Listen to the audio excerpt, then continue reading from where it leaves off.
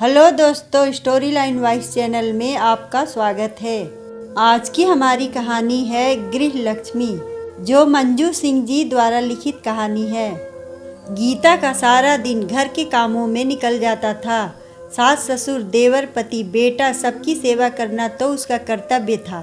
साथ ही शहर में रहने वाली ननद का प्रत्येक शनिवार को बच्चों सहित रिलैक्स होने के लिए मायके आना भी गीता की सेवा के दम से ही संभव था। सास किसी काम में सहायता नहीं करती थी तथा परिवार में सभी लोग हर काम के लिए गीता पर ही निर्भर थे। इतना काम करने के बाद भी किसी के लिए उसका महत्व ही नहीं था। सास कहती थी, तुमसे अपने बेटे की शादी करने से अच्छा था तुम्हारी चचेरी बहन स्वाति से शादी करते। नौकरी कर रही है, इसलिए हर महीने एक निश्चित रकम भी आती। पति रजत कहते, स्वाति से कुछ सीख लो, कितनी स्मार्ट लगती है और तुम ठीक से बात भी नहीं कर पाती। सबको खिलाकर बचा हुआ भोजन करना, लगातार काम करना और सबकी आलोचना सुनना, इन सब ने गीता पर बहुत बुरा असर डाला। उसका हीमोग्लोबिन खतरनाक स्तर तक कम हो गया। जब वह चक्कर खाकर गिर पड़ी तब उसे अस्पताल ले जाना पड़ा। डॉक्टर ने दवा तो दी, पर रजत की जमकर क्लास ली कि पढ़े लिखे होकर भी पत्नी के स्वास्थ्य का ध्यान नहीं है। 4 दिन अस्पताल में भर्ती करने को कहा तथा उसके बाद भी पौष्टिक भोजन तथा आराम का समय देने के निर्देश दिए। अस्पताल में अपने मित्रों के सामने अपमान होना उसे बहुत बुरा लगा, पर क्या करता। अब तो बात फैल गई थी कि रजत पत्नी का ख्याल नहीं रखता, इसलिए उसे ख्याल तो रखना ही पड़ रहा था। स्वाति उसी शहर में रहकर नौकरी कर रही थी। वह गीता की बीमारी की बात सुनकर भागकर आई। बहन की दशा देखकर उसे दुख के साथ क्रोध भी बहुत आया। गीता की सास उसे देखते ही बोली, अच्छा हुआ स्वाति तुम आ गई, अब बहन की बीमारी में उसकी गृहस्थी संभाल दो। स्वाति ने मन ही मन कुछ निश्चय किया, फिर मुस्कुराकर बोली, हाँ क्यों नहीं आंटी, यह तो मेरा कर्तव्य है। रजत गीता के पास रुक गया। स्वाति सहित बाकी सब घर आ गए। शाम होते ही गीता की ननद बच्चों सहित आ गई। उन्हें नहीं मालूम था कि गीता अस्पताल में भर्ती है। माँ जी निश्चिंत थी कि स्वाति सब काम कर ही लेगी। स्वाति रश्मि को देखकर खुशी दिखाती हुई बोली, अच्छा हुआ दीदी आप आ गई, अब देखिए मैं आपकी कैसे खातिर करती हूँ। स्वाति ने फ़ोन करके बाहर से लंबा चौड़ा ऑर्डर देकर सबके लिए खाना मंगवा लिया। सब बहुत खुश थे। खाना खाया, बिल के लिए पैसे देने के लिए स्वाति ने पर्स टटोला, फिर बोली, ओह शिट, मैं तो अपना एटीएम कार्ड लाई ही नहीं, क्या करूं? अरे दीदी आप अभी पेमेंट कर दीजिए, मैं बाद में दे दूंगी। रश्मि की तो जान निकल गई, पर क्या करती, माँ जी के पास तो पैसे थे नहीं। रश्मि को ही पेमेंट करना पड़ा। अब जब सब खा रहे थे तब स्वाति के सिवा कोई चटकारे नहीं ले पा रहा था। सुबह उठकर स्वाति ने पास की दुकान को फ़ोन करके सब्जियां, फल, ब्रेड, मक्खन, paneer, mayonnaise, sauce, peanut butter सब मंगा लिया। सामान घर आने पर स्वाति बोली, हिसाब में लिख लीजिए, जीजा जी बाद में पैसे दे देंगे। माँ जी को बहुत क्रोध आया, क्योंकि गीता तो बहुत बचत के साथ नाश्ता बनाकर सबको देती थी और उनकी इच्छा के बिना कोई चीज़ घर में नहीं आती थी, पर उन्हें चुप रहना पड़ा।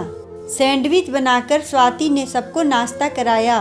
फिर रश्मि से बोली, दीदी मैं अपने घर जा रही हूँ कपड़े लेने, तब तक आप खाना बना लेना, सब्जियां मैंने मंगा ही दी है। रविवार का दिन था, इसलिए रश्मि क्या बहाना बनाकर भागती, उसे खाना बनाना पड़ा। स्वाति लौटकर तब आई जब रात का खाना भी बन चुका था। आते ही नाटकीय तरीके से बोली, सो सॉरी दीदी, आपको इतना काम करना पड़ा, लाइए मैं लगा दूँ खाना।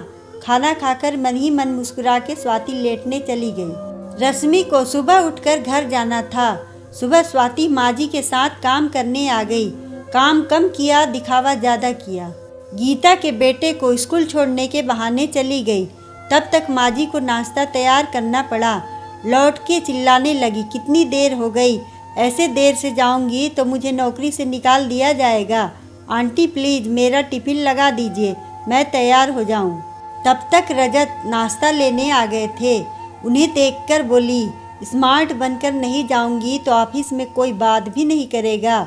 माँ जी से बोली, आंटी आप चिंता मत करना, शाम की सब्जियों का ऑर्डर मैं फ़ोन से कर दूंगी। माँ जी घबराकर बोली, नहीं नहीं मैं मंगवा लूँगी। मन ही मन हंसती हुई स्वाति रजत से बोली, जीजा जी ओला कैब बुक कर दीजिए, अब बस में जाने का टाइम नहीं है। रजत को कैब बुक करनी पड़ी। उसके खर्चों से परेशान माजी बोली, बेटा तुम्हें यहाँ से ऑफिस जाने में बहुत परेशानी होती होगी, तुम अपने घर पर ही रह लो, यहाँ का काम मैं देख लूँगी। रजत ने भी हाँ में हाँ मिलाई। स्वाति नकली प्यार दिखाकर बोली, आंटी आप संकोच मत करिएगा, जब चाहे तब मुझे बुला लीजिएगा, बाय कहकर निकल गई। उसके जाने के बाद माजी बड़बड़ाने लगी, कमाती क्या होगी, उससे ज़्यादा तो खर्च करती है, इससे अच्छा तो मेरी बहू है, बोले बिना काम करती है, बचत करती है और काम का दिखावा भी नहीं करती।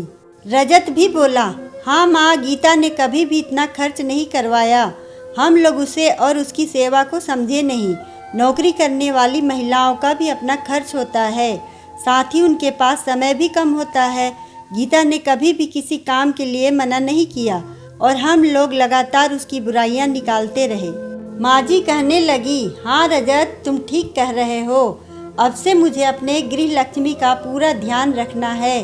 दरवाजे के पीछे छुपकर उनकी बात सुनती स्वाति को संतोष हुआ, पर मन ही मन नौकरी करने वाली बहनों से क्षमा मांगकर बोली, क्या करूं, मुझे गृहिणी का महत्व दिखाना था, इसलिए कुछ ओवर एक्टिंग करनी पड़ी और नौकरी करने वाली महिलाओं को खर्चीली दिखाना पड़ा।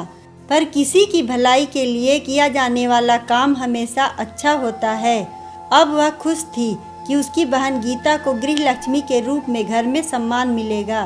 दोस्तों, आज समाज में कई लोग और घर पर रहने वाली महिलाएं गृहिणी का महत्व नहीं समझते। सबको गृहिणी के कार्यों का महत्व समझना चाहिए और गृहिणी भी खुद को किसी से कम न समझे। अगर आपको ये कहानी अच्छी लगे तो वीडियो को लाइक करें, चैनल को सब्सक्राइब करें और कमेंट में बताएं कि आपको कहानी कैसी लगी। धन्यवाद।